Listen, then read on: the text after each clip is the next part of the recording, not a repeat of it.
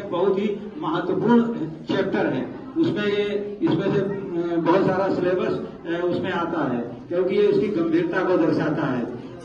हमारे समाज में जहाँ एक कायदे और कानून के हिसाब से जीवन यापन न करने की परंपरा है, सड़क पर बाइक लेकर चलते हैं तो हेलमेट नहीं लगाना, अगर हेलमेट भी लगा लिया है तो दारू पी के गाड़ी चला रहे हैं, नियम कायदे कानूनों को न मानना, ये सब वजह से सड़क दुर्घटनाएं बहुत बड़ी संख्या में बढ़ रही हैं। जब हम बहुत छोटे थे तो हम किसी स्टेशन पे जाते थे तो वहां लिखा रहता था कि दुर्घटना से देर भली।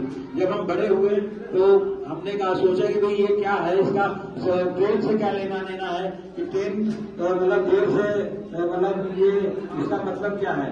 तो हमने हमारे अंकल जी थे रेलवे में, स्टेशन मास्टर थे, तो हमने उनसे एक दिन पूछा कि हमने अंकल ये बताइए एक दुर्घटना से देर भली इसका मतलब क्या है, इसको आप थोड़ा हमें एक्सप्लेन करें। तो वो हमसे कहने लगे कि देखिए हमारे देश में जो ट्रेन चलती है तो एक ट्रेन में कई सौ परिवारों के लोग, कई हजार मतलब परिवारों के लोग भी यात्रा करते हैं, और अगर एक ट्रेन दुर्घटनाग्रस्त हो जाती है तो उसमें सैकड़ों लोगों की मृत्यु हो जाती है।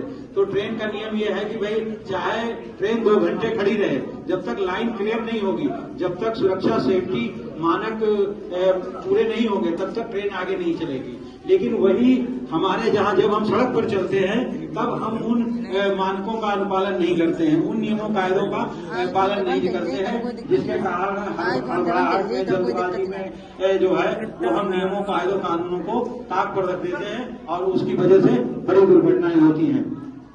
हमारे यहाँ एक देखी गई है, हम लोग शाहजहांपुर में देखते हैं केंद्रीय विद्यालय है, तो केंद्रीय विद्यालय में जो बच्चे पढ़ने जाते हैं और वहाँ अगर कोई अभिभावक अगर अपने बच्चे को लेने या छोड़ने जाता है तो बच्चा भी हेलमेट लगा के जाता है, नहीं तो आर्मी वाले जो है उस बच्चे को विद्यालय में नहीं जाने देते हैं, वो वापस बैरन भेज देते हैं।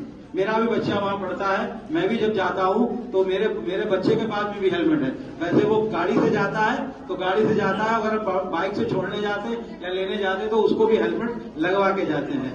हम कभी कभी टीवी में देखते हैं, एक देश फिनलैंड है, वहाँ पे लोग साइकिल चलाने में, साइकिलिंग करने में भी हेलमेट का उपयोग करते हैं। वहाँ दुनिया में सबसे कम सड़क दुर्घटनाएं होती हैं। तो हमारे जो नन्हे मुन्ने बच्चे हैं, अब जैसे हमारे यहाँ बहुत सारे नियम है, बहुत सारे कायदे हैं, बहुत सारे कानून है, लेकिन उनको फॉलो कराने वाली एजेंसीज उतनी नहीं है। अब जैसे हमारे विद्यालयों के लिए अलग गाइडलाइन है कि विद्यालय में जो गाड़ियां लगी हैं उनमें कितने बच्चे आएंगे, गाड़ी की फिटनेस है कि नहीं है, ड्राइवर का लाइसेंस है कि नहीं है, उसका आई टेस्ट हुआ है कि नहीं हुआ, बहुत विस्तृत सब्जेक्ट है। तो इसलिए इस विद्यालय से इसको जोड़ा गया है।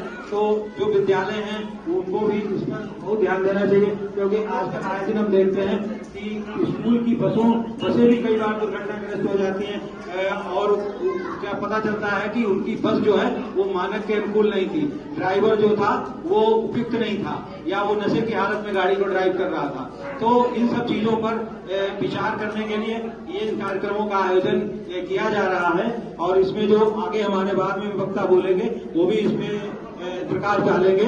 तो ये कार्यक्रम बहुत अच्छा है, और सुदूर ग्रामीणांचल में और सुदूर जो हमारी इलाके हैं उनमें ये कार्यक्रम जो क्रियान्वित किया जा रहा है, इसके लिए हम संस्था के अध्यक्ष भाई मुनीष परियार का बहुत बहुत ही धन्यवाद करना चाहेंगे, और उन्होंने हम लोगों को यहाँ बुलाया और इस कार्यक्रम में पार्टिसिपेट करने के लिए, इसके लिए हम उनका हार्दिक धन्यवाद करते हैं। तथा विद्यालय प्रबंधन का भी हम बहुत ही धन्यवाद करते हैं कि उन्होंने अपने इस कार्यक्रम को अपने विद्यालय में रखा।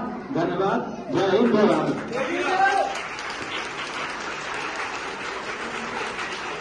बहुत बहुत धन्यवाद चौहान साहब।